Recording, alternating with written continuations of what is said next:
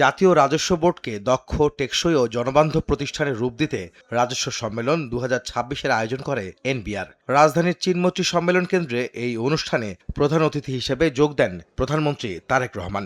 সঙ্গে ছিলেন অর্থমন্ত্রী আমির খসরু মাহমুদ চৌধুরী। উন্মুক্ত আলোচনায় এনবিআর কর্মকর্তারা নিজেদের অভিজ্ঞতা ও নানা বিষয়ে প্রধানমন্ত্রীকে অবহিত করেন। এ সময় বিগত অন্তর্বর্তী সরকারের আমলে এনবিআরকে দুই ভাগে ভাগ করার প্রশ্নে আন্দোলনকারীদের বাধ্যতামূলক অবসর, বদলি ও বরখাস্তের ঘটনা বোর্ড কর্তাদের পক্ষ থেকে তুলে ধরা হলে সরকার প্রধান বিষয়গুলো বিবেচনায় আনার আশ্বাস দেন। ভবিষ্যতে এরকম কোনো অপ্রীতিকর ঘটনা ঘটবে না। আপনারা যেটি চাইছেন সরকারের কাছে, সরকার অবশ্যই অত্যন্ত গুরুত্বের সাথে এটি বিবেচনা করবে এবং আমরা চাই সকলকে নিয়ে দেশটিকে গঠন করার জন্য। আমরা চাই যারা সৎ, যারা দক্ষ অফিসার্স আছেন তাদেরকে আরো বেশি করে কাজ করার সুযোগ করে দিতে, তারা যাতে দেশের জন্য আরো বেশি কন্ট্রিবিউট করতে পারেন এবং সেই কারণে নতুন সোফা সোয়ান গ্রুপের একটি পণ্য। অনুষ্ঠানে প্রধানমন্ত্রী তারেক রহমান অন্তর্বর্তী সরকারের সময় ঘটে যাওয়া ঘটনাকে দুঃখজনক উল্লেখ করে বলেন, কর্মকর্তা কর্মচারীদের নিরাপদ ও স্বস্তির পরিবেশ নিশ্চিতে কাজ করবে সরকার। পতিত ফ্যাসিস্ট সরকার দেশকে ঋণ ও আমদানি নির্ভর রাষ্ট্রে পরিণত করেছিল মন্তব্য করে প্রধানমন্ত্রী বলেন, বৈদেশিক সহায়তা নির্ভর হয়ে ভবিষ্যৎ প্রজন্মের উপর অতিরিক্ত ঋণের বোঝা চাপিয়ে দিতে চায় না তার সরকার। তাই রাজস্ব আদায়ে অভ্যন্তরীণ আয়ের ক্ষেত্র ও উৎস বাড়াতে জোর দেন সরকার প্রধান।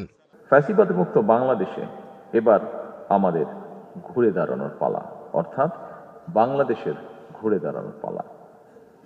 দেশের জনগণ বর্তমানে এনবিআরকে একটি নির্ভরযোগ্য এবং বিশ্বস্ত প্রতিষ্ঠান হিসাবে প্রত্যাশা করে। দক্ষ এবং টেকসই রাজস্ব ব্যবস্থাপনার মাধ্যমে জন আস্থা অর্জন সম্ভব। বর্তমান সরকার এনবিআর তথা রাজস্ব কাঠামোকে জনবান্ধব হিসাবে গড়ে তুলতে চায়।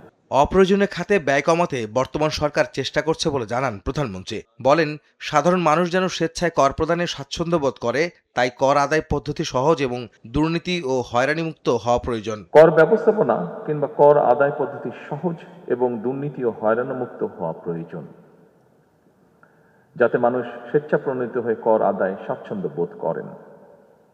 আমার কাছে মনে হয় একই করদাতাদের ওপর বারবার করের বোঝা বাড়িয়ে রাজস্ব বৃদ্ধির নীতি খুব সম্ভবত টেকসই পদ্ধতি নয়, বরং কর প্রদানে সক্ষম ব্যক্তিদেরকে শনাক্ত করে তাদেরকে যথাযথ নিয়মে করের আওতায় আনার ব্যবস্থা করার কার্যক্রম উদ্যোগ গ্রহণ করা বোধহয় অত্যন্ত প্রয়োজন।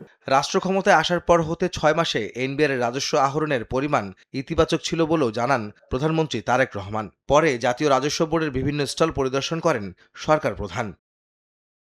আহমেদ সালেহীন, সময় সংবাদ, ঢাকা।